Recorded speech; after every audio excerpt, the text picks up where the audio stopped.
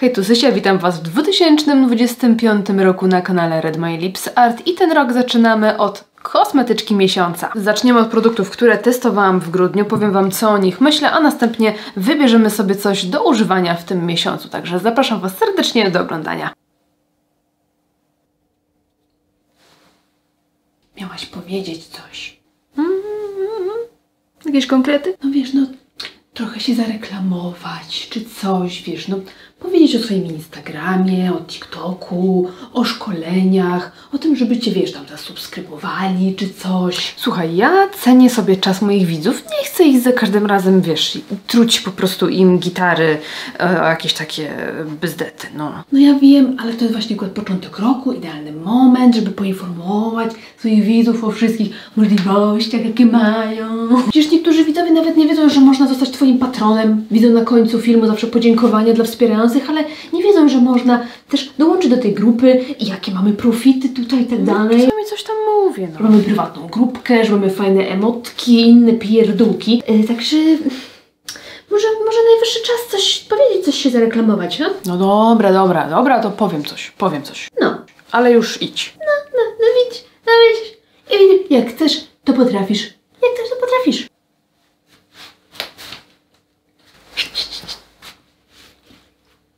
No dobra, to zaczniemy sobie dzisiaj od takiej małej autoreklamy. Po pierwsze, zachęcam Was do subskrypcji tego kanału. Dzięki subskrypcji Wy nie przegapiacie nowych odcinków, a ja mogę po prostu regularnie robić to, co robię. Natomiast jeżeli wspieranie w ten sposób to dla Was za mało, chcecie coś więcej od siebie dać, to jest możliwość również właśnie wsparcia takiego, bycia takim patronem tego kanału. Na dole znajdziecie taki znaczek wspieram. Wtedy po prostu kupujecie taką jakby subskrypcję, płacicie co miesiąc jakąś tam konkretną kwotę na rzecz mojej działalności.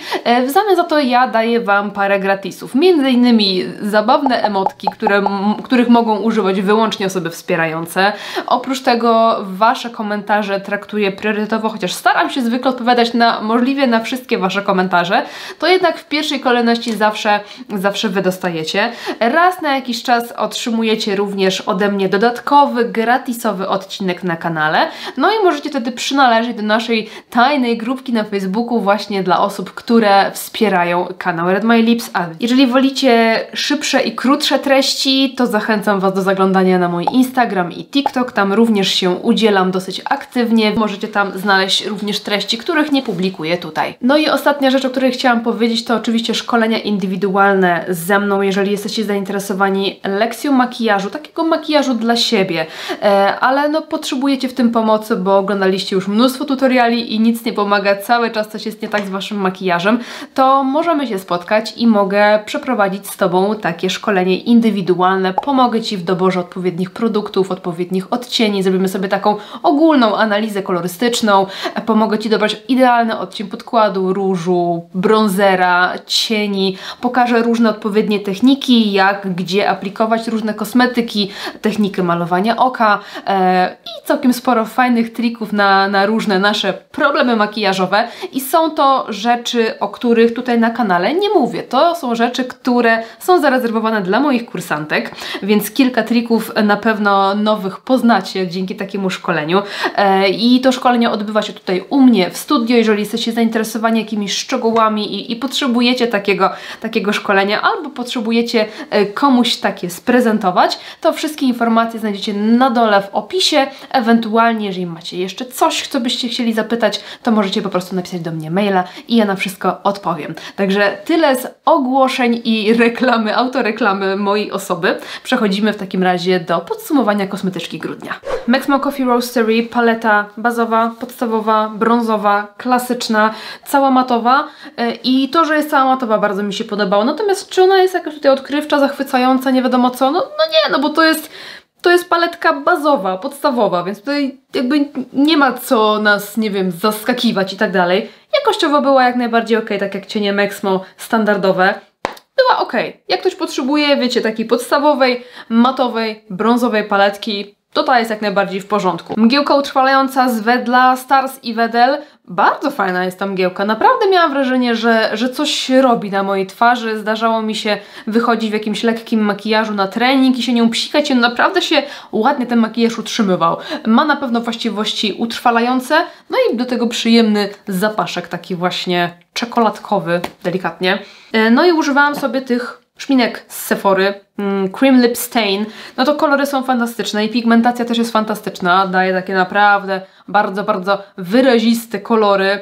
Czerń jest przepięknie kryjąca. Natomiast są to pomadki zastygające, suche, które fakt leżą cienko na ustach i są takie przyjemne w noszeniu, no ale wysuszają te usta. One są tak już po kilku godzinach czasami noszenia już chciałam je zmyć, żeby po prostu nałożyć jakiś błyszczyk albo inny balsam, żeby jednak mieć te nawilżenie, więc wiecie, no nie dla każdego, mówię, to jest bardziej coś dla mnie pod moje artystyczne wizje, więc do używania, ale to nie jest coś super komfortowego jak na przykład błyszczyk na ustach, prawda? I jakby znowu z rzeczy, które testowałam, to w zasadzie tyle, więc przechodzimy sobie do kosmetyczki stycznia.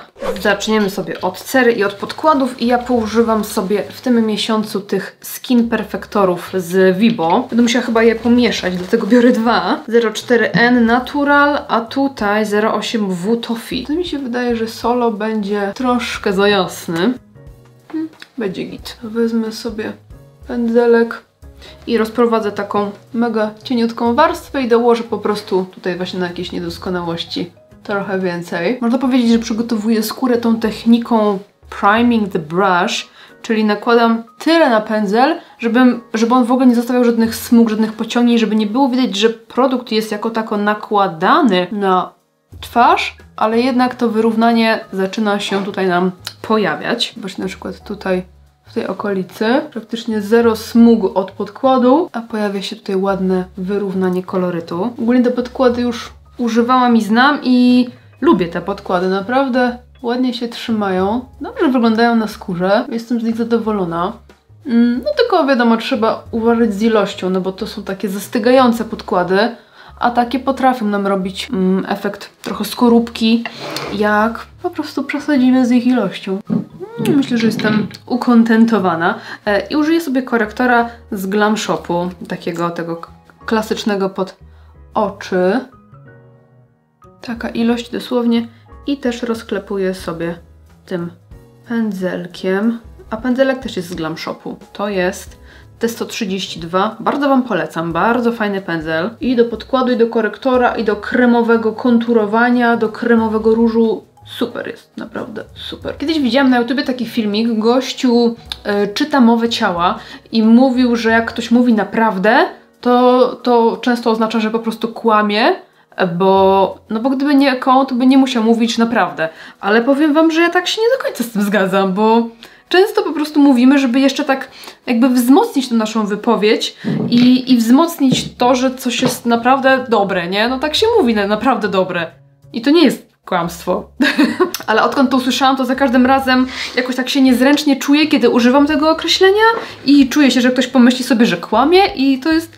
Powiem Wam, że żałuję, że to obejrzałam i że żałuję, że mam taką wiedzę teraz odnośnie tego słowa, bo moje życie stało się tylko bardziej skomplikowane i więcej rzeczy się dzieje w mojej głowie, niż to by mi miało pomagać. Może nie zawsze warto wszystko wiedzieć. Używam sobie kredki do brwi z Eveline. Tak się przez chwilę zastanawiałam, co ona przestała mi rysować, a ona mi po prostu musiała ją wykręcić. Szorowałam sobie tak, wiecie, opakowaniem po prostu po brwiach. Brawo ja. Mój profesjonalizm nie przestaje mnie sami zaskakiwać.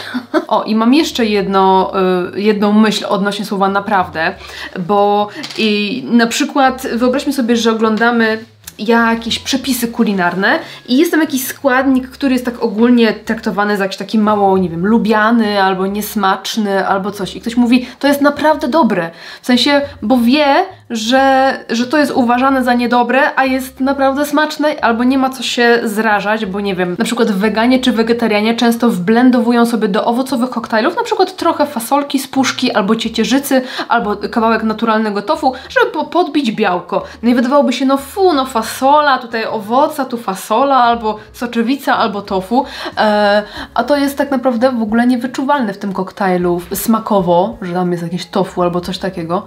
No i nie ma co się dziwić, że na przykład ten ktoś, kto robi te przepisy i pokazuje w internecie, mówi, to jest naprawdę dobre, spróbujcie, no nie? No bo wie, że ludzie mogą być zrażeni na samą myśl o tym, żeby dodać fasolę do koktajlu.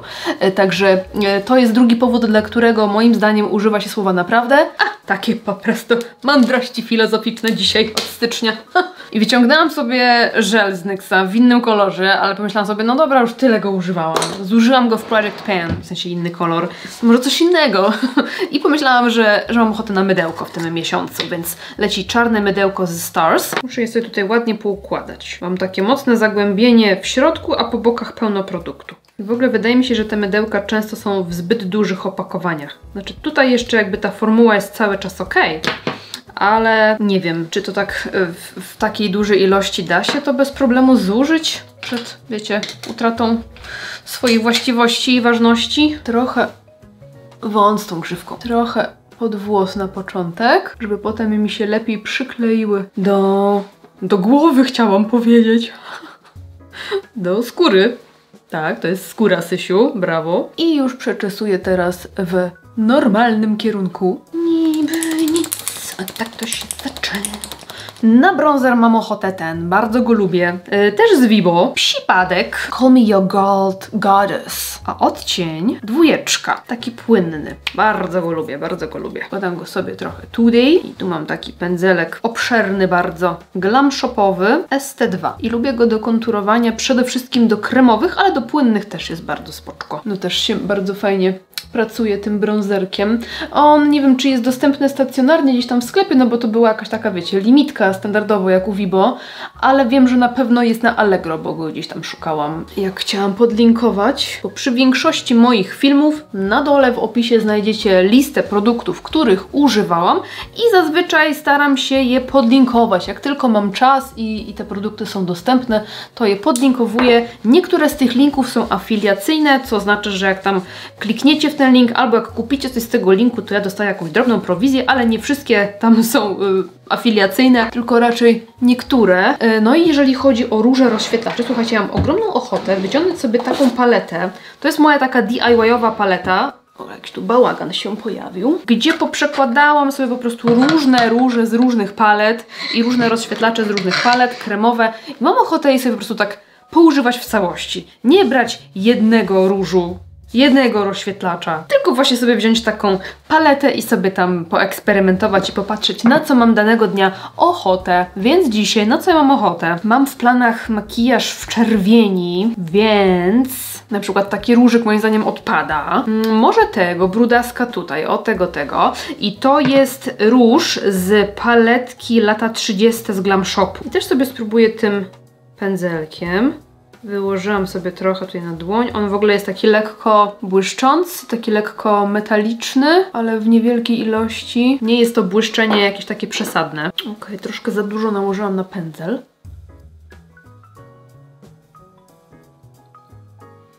To wygląda znakomicie. Też do mojej dzisiejszej chłodnej stylizacji może inne kolory by pasowały, ale wiem, że do tego czerwonego makijażu, który gdzieś tam mam w głowie, no to będzie dobrze. Dobrze będzie pacało. I trochę na nosek. Ala opalenizna tutaj troszkę. Taka, no jak ja lubię taki efekt. Lubię ten nosek taki lekko przypalony. Odkładam sobie tą paletkę, za chwilę jeszcze użyję rozświetlacza, ale najpierw trochę pudru. A ja mam ochotę chyba sobie na prasowany. Wezmę sobie ten ze Stars i Blanket. W ogóle to jest naprawdę bardzo fajny puder. Faktycznie wygładzający. To mi się w nim podoba, że daje ładny blur. Użyję sobie puszka. Mój jest z LH Cosmetics. Lekko tu odklepię pod okiem. No, ładnie on wygładza. Też lubię ten puder. Pachnie apetycznie. Lekko kwaskową pomarańczką. Kurczę, już zapomniałam, że on jest taki fajny. Muszę sprawdzić, na jak długo on mnie matuje, bo pewnie zaraz się będę błyszczała i czar pryśnie. Ale jak nie macie jakiejś takiej mega tłustej cery, no to na pewno już mogę powiedzieć, że jest naprawdę super. Ja już go testowałam filmiku z tą kolekcją. Jakoś nie miałam okazji zweryfikować, po jakim czasie ja się po nim wyświecam. A to jest bardzo dla mnie istotny czynnik w sumie, jeżeli chodzi o pudry. No dobra, lecę sobie dalej z rozświetlaczem i mam ochotę na ten rozświetlacz. I to jest rozświetlacz z paletki Viva z Glam Shopu. Uwielbiam ten rozświetlacz. Po prostu I love it. I jak wam się wydaje, że wam ten rozświetlacz zmienił się w plastelinę i wam zasechł, że on nie jest w ogóle kremowy, to generalnie nie przejmujcie się tym, bo on dalej robi swoje. Tylko on po prostu jest pod palcem taki, robi się taki suchawy trochę i wydaje się, że już się nie nakłada, ale zobaczcie, że on cały czas jest. No on jest po prostu boski. Kocham tą taką sucho-plastelinową formułę, bo się nie lepi na twarzy. I ja bardzo to doceniam. Troszkę tu. No powiem wam, że się mega jaram używaniem sobie tej paletki. Po prostu wszystko w jednym miejscu. Coś pięknego. A paletka sama w sobie jest z Inglota na magnetyczne cienie. Po prostu pouzupełniałam te okienka sobie kolorami kremowymi. No i lecimy sobie dalej z makijażem oka. Muszę wybrać sobie jakieś czerwone cienie. Tutaj przygotowałam sobie troszkę też takich diamenciczków samoprzylepnych. I one też są... Samoprzylepne? Chyba tak. I one też są... Na Allegro znajdziecie takie rzeczy. Zaczynam sobie od klasycznej bazy pod cienie Inglot. Przygotowałam sobie kilka paletek. Pierwsza z nich to jest Colors LH Cosmetics. Tu jest bardzo ładna czerwień.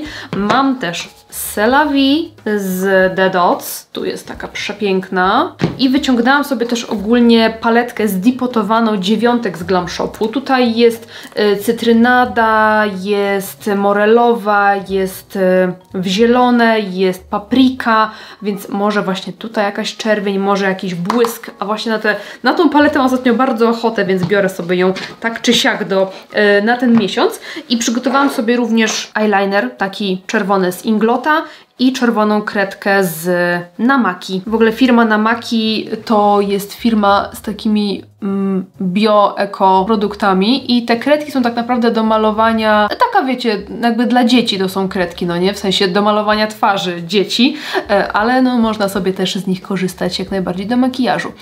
I ja sobie nałożę taką bardzo cieniutką warstwę tej kredki jako moja baza. Myślę, że śmiało też można użyć sobie jakiejś kredki do oczu, do ust, jakbyśmy potrzebowali jakiejś takiej fajnej, kolorystycznej bazy. I jak widzicie, zaznaczam sobie wewnętrzny i zewnętrzny kącik. Zrobimy sobie matowe oko właśnie z takim efektem Halo Eye, lekko grunge'owo. Myślę, że będzie fajnie tutaj tak się wybijać na tle takiej właśnie chłodnej, ciemnej stylizacji. I zależy mi, żeby ta pigmentacja tej czerwieni była taka naprawdę intensywna.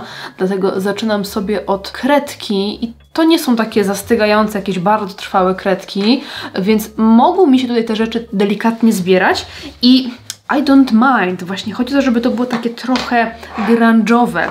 Wezmę sobie paletkę C'est la Vie i tą czerwień Moody i taki nieduży kulkowy pędzelek. Money Brushes. Dziesiątka? Dziesiątka. I będę sobie tutaj gruntować te kąciki. Przydałaby się jeszcze czerwona maskara. Nie mam. Muszę kupić. Się śmieję, ale tak naprawdę faktycznie marzy mi się czerwona maskara. I chyba Golden Rose taką ma. Ale tak zwlekam, wiecie, żeby po prostu jak najmniej kupować. Ale kusi mnie jednak czerwona maskara. To jest coś, co bym bardzo chciała mieć. Może poradzimy sobie dzisiaj jakoś z eyelinerem na przykład. I staram się w tym Halo Eye, żeby ciągnąć makijaż w tym kierunku. Inny pędzelek, co to jest? Jessup 227, syntetyk. Zresztą ten też jest syntetyk, ale ten jest w odczuciu jak syntetyk, a ten jest w odczuciu jak naturalne włosie. Jeszcze sobie to wszystko rozmiękczam i dokładam kolejną warstwę, tak sobie stopniowo to wszystko buduję. Tą wewnętrzną część zostawiam sobie jednak trochę taką odciętą.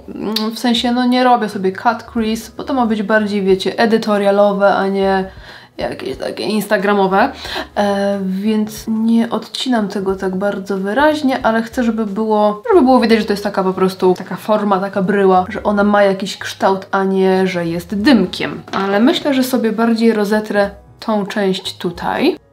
Ma być idealnie nieidealne. Taka kontrolowana nonszalancja to moim zdaniem jest ogromna umiejętność i ogromny skill wizerzystów. Jak ktoś potrafi wyważyć właśnie taką nieperfekcyjność z perfekcyjnością, z tym, że ten makijaż wygląda ładnie, spójnie, estetycznie, ale jednak nie jest całkowicie estetyczny i czysty i taki perfekcyjny. I to jest w ogóle taki mój goal życiowy, żeby umieć osiągnąć taką równowagę w tych makijażach moich, takich z lekka edytorialowych, by one były na swój sposób perfekcyjne, tam gdzie trzeba, ale właśnie czasami takie właśnie jakieś takie lekko gdzieś tam nie idealnie dotarte, nie idealnie odcięte, nie idealnie wyblendowane, czasami gdzieś pozbierane, ale żeby umieć to ubrać w taką formę, że wygląda to jako całość estetycznie. Lecę sobie z dolną powieką i też zacznę sobie od tej kredki z Namaki. W ogóle przyjemne są te kredeczki, one są takie mięciutkie, delikatne, bardzo są przyjemne i dobrze napigmentowane, tylko mówię, to nie są kredki, które będą zastygały i dzięki czemu jakoś, wiecie, zjawiskowo się utrzymywały na oczach. Jak się je przypudruję, to na pewno przypudruję czy zagruntuję cieniem, to na pewno inaczej. Trochę lepiej się utrzymają. Więcej. Spróbuję sobie jakiejś innej czerwieni. NYX Ultimate paleta I Know That's Bright. No i tu jest taka czerwień. Widzicie, ta jest już taka lekko przybrudzona z palety C'est la Vie. Wpada nam delikatnie w fioletowe tony, takie burgundowe, bordowe, a tu jest taka czerwień czysta. O, no zobacz, widzicie to? Widzicie to, jak to się nagle rzuca w oczy? Petardziątko. I delikatnie dołożę sobie takim puszystszym pędzelkiem tej czerwieni trochę też na górną powiekę, żeby właśnie wypadała jeszcze bardziej czysto i neonowo. Tym razem czysto po prostu w swojej jaskrawości. Oh yes. Perfekcyjnie nieperfekcyjne. Bo wydaje mi się, że łatwiej jest osiągać taką perfekcyjną perfekcję. W sensie technicznym nie jest to na pewno łatwiejsze, bo wymaga po prostu wprawy i jest to oczywiście godne podziwu, jak ktoś potrafi, wiecie, zrobić takie po prostu idealne cut crease, czy jakieś przepiękne cieniowanie matami i tak dalej. Robi to oczywiście ogromne wrażenie. Mamy w Polsce bardzo dużo takich naprawdę zdolnych wizerzystek, które potrafią takie rzeczy robić. Natomiast to wymaga, taka perfekcyjna perfekcja wymaga po prostu skilla, po prostu umiejętności, nauczenia się technik tak, żeby po prostu dawały maksimum czystości w makijażu i efektu takiej precyzji, ostrożności, a taka nieperfekcyjność oprócz techniki wymaga jeszcze wyczucia. I to jest dla mnie po prostu skill, który ja po prostu chcę mieć, który podziwiam u innych wizerzystów zagranicznych. Biorę sobie eyeliner z Inglota, nałożę go sobie na linię wodną. Jeszcze rozważam użycie go na rzęsy, ale jeszcze się nad tym zastanowię. To też jest bardzo ładna czerwień. Wewnętrzny kącik też sobie zaznaczam. Tutaj mam cienie, ale żeby mi się tutaj nic nie rozpuściło, to też troszkę sobie dołożę. Dołożę sobie też trochę na górną linię wodną, tutaj w szczególności w zewnętrznym kąciku, żeby był taki naprawdę czerwono-czerwony. I wzdłuż linii rzęs wezmę sobie jeszcze beżowy cień. To jest matowy cielak z Glam Shopu. Akurat wszystkie paletki, które wyjęłam, nie mają beżowego cienia, więc jeszcze posiłkuję się cielakiem i nakładam go tutaj na środek powieki, żeby tak jeszcze delikatnie doczyścić to miejsce i stworzyć mocniejszy kontrast między czerwienią cieni a beżem skóry. Tutaj już widzę, że trochę, tutaj weszło mi w załamanie po prostu troszkę tej czerwieni, kiedy nie była jeszcze zagruntowana, ale tak jak mówię, nie przejmuję się tym dzisiaj, bo to nie musi być całkowicie perfekcyjne. Tak mi się podoba. Łaławiła. To jest prawdziwa łaławiła. I zrobimy tak.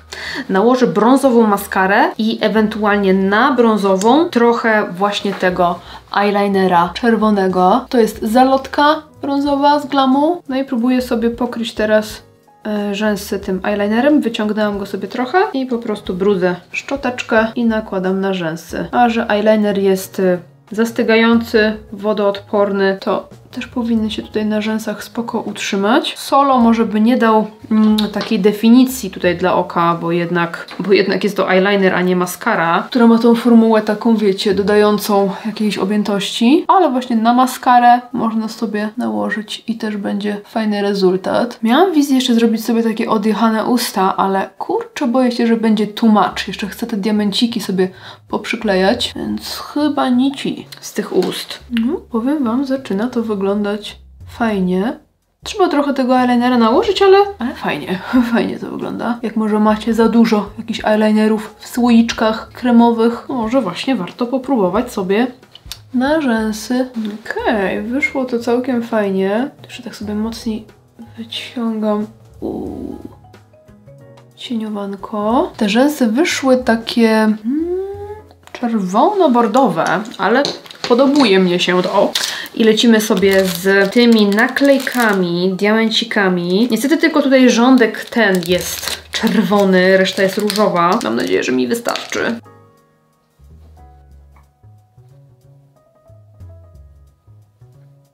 Okej, jest lajczek. Troszkę mam za mało tych, bo mi zostało tylko parę, ale takich dużych. Przydałyby się jeszcze takie mniejsze. Zawsze jest czegoś za mało po prostu, ale no, podobuje mnie się to. Myślę, że to jest całkiem fajna opcja na jakiegoś, wiecie, na jakieś karnawałowe imprezy. I usta, słuchajcie, jak ja bym chciała usta do tego? Może jakieś chłodniutkie, może jakiś nudziaczek czy coś. Wezmę sobie na razie tą konturówkę Stars z Blanket 01 Cozy Nude. To jest taki naprawdę chłodny brązik. To znaczy u mnie wypada na chłodny brązik. No, myślę, że ten kolor tutaj dobrze paca. I chyba wezmę sobie ten chłodny błyszczyk od Ewy. Red Lipstick Monster. Aha. Ale teraz to jest grunge. Słuchajcie, teraz to jest prawdziwy grunge.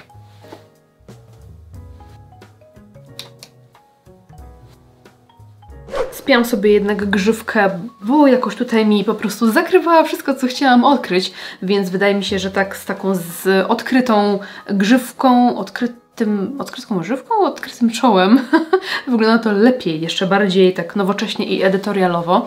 Także tak się prezentuje skończony makijaż. No moim zdaniem wygląda po prostu petarda. No tak się ta czerwień tutaj rzuca w oczy, szczególnie na tle tego chłodku całego ust i mojej stylizacji, no że ja jestem po prostu zauroczona tym, co się tutaj dzieje. I love it. Możecie ten makijaż zrobić w każdym dowolnym kolorze i w każdym będzie wyglądać rewelacyjnie. Już to widzę w niebieskim, już to widzę w fiolecie, już to widzę w zieleniach.